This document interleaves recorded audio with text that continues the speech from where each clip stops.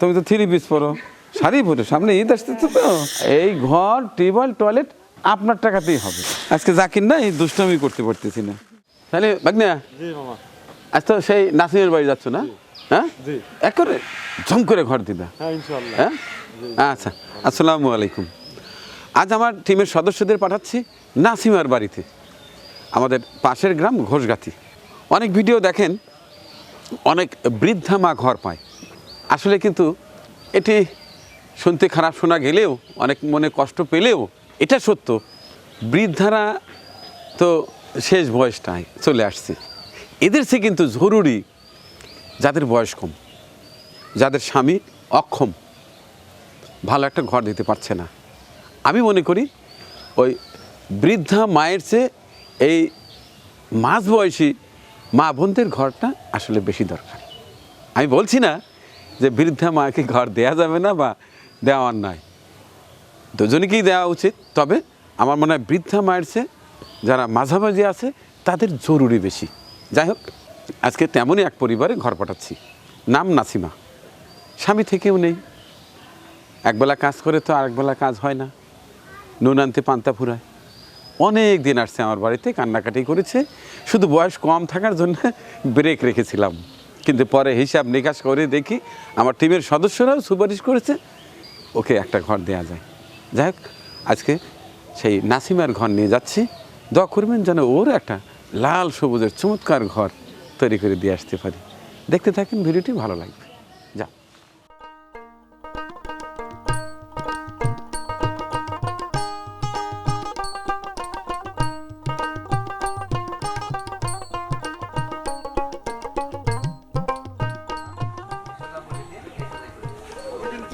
काम काम देने से काम ग्रो होगा।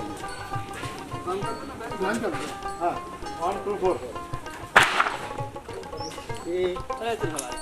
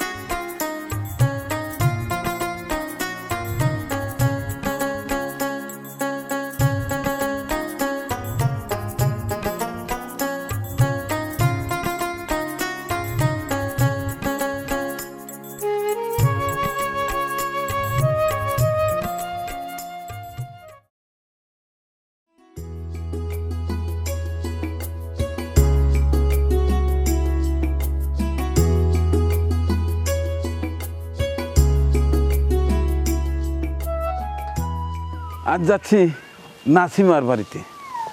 নাসিমার জন্য একটি লাল সবুজের ঘর হয়েছে, ওটি হস্তান্তর করতে যাচ্ছি। জাকিরকে পাঠিয়েছে আমার গাড়িটা নিয়ে বগুড়াতে, একটু কাজ আছে গাড়ির, যে কারণে আমি একাই আসছি আজকে। এই যে তো বোধহয় নাসিমা, না ভালো আছো? হ্যাঁ, আমি এই দিক দিয়ে এসে চিনলাম ওইটা বোধহয় স্বপ্নার ঘর। জায়গা তো তোমাদের নিজস্বই? নিজস্বই। আচ্ছা, মাশাআল্লাহ। ঘরের সাথে তো টয়লেট দেওয়ার কথা দিছে। আচ্ছা বাবা, খোলো তো দেখি। আচ্ছা, এখানে একটা কুয়ো লাগবে, কুয়ো পাঠায় দেবো না? কুয়ো পাঠায় দেবো না? কল লাগবে তো আমাকে বলবে না? টিউবওয়েল নাই? আচ্ছা, তা বললে আমি টিউবওয়েল পাঠায় দিতে, আমি পাঠায় দেবো না। তাহলে এখানে আমি কুয়োটা পাঠায় দেবো না, আর কল কোন জায়গায় দিবা? আচ্ছা ঠিক আছে, তাহলে ওই একটা টিউবওয়েল পাঠায় দিও। হ্যাঁ আচ্ছা, দেখি ঘরটা দেখি, সুন্দর ঘর হয়েছে। হ্যাঁ, লাল সবুজের ঘর, মাশাআল্লাহ, খুব সুন্দর হয়েছে। তোমার জন্য একটা ঘরের ব্যবস্থাই করছিলাম, এরপর একটু জোড়াতালি দিয়ে টয়লেটটা পাঠা দিছি। দেখলাম তো আর টয়লেট নাই, আর একটা টিউবওয়েল দিয়ে ম্যানেজ করে পাঠা দেবো না? আচ্ছা, আমি এই যে আসার সময় দেখলাম খালি হাতে কেমনে যাই, ছোটো বোনের জন্য একটা শাড়ি নিয়ে যাই। তুমি তো 3 পিস পরো, শাড়ি পরো, সামনে ঈদ আসতেছে তো, ঈদের দিন একটু পরি। হ্যাঁ আচ্ছা, এটা আমার পক্ষ থেকে। আচ্ছা, এই ঘরটা দিছে হচ্ছে আমাদের আহমেদ ভাই মালয়েশিয়া থেকে। হ্যাঁ, এই ঘরটার টাকা সে দিছে।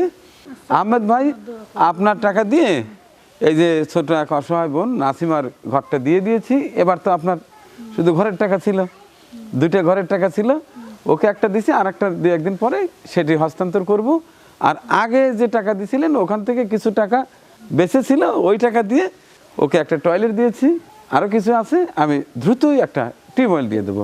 অর্থাৎ এই ঘর, টিউবওয়েল, টয়লেট আপনার টাকাতেই হবে।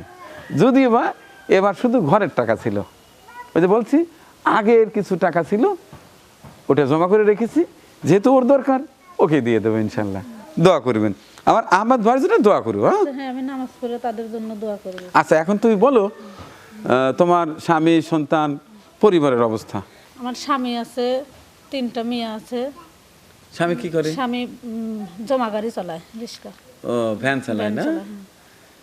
জায়গা তো তোমাদের হ্যাঁ, নিজস্ব জায়গায় আমাদের। তোমার তো ঘর ছিল না, ভাঙা চুরচুরা ঘর, তাহলে ঘর পাওয়ার জন্য ভালো হলো। হ্যাঁ, ঘর পাওয়ার জন্য আমি খুবই খুশি হয়েছি। তাহলে প্রথমে কাকে কৃতজ্ঞতা দিতে হবে? আল্লাহকে। আল্লাহ কিন্তু তোমার জন্য বাজেট করছে, সেই মালয়েশিয়া থেকে আহমেদ ভাইয়ের মাধ্যমে আমার কাছে আসছে, আমি 5টা দেখে তোমাকে দিছি। আল্লাহ না দিলে কিন্তু তুমি পাইতা না। না না, আল্লাহ দিছে। আহমেদ ভাই দিতে পারতো না, আমিও তোমাকে খুঁজে পাইতাম না। নামাজ কালাম পড়ো তো? হ্যাঁ, নামাজ কালাম পড়বা, আল্লাহর কাছে শুকরিয়া আদায় করবা।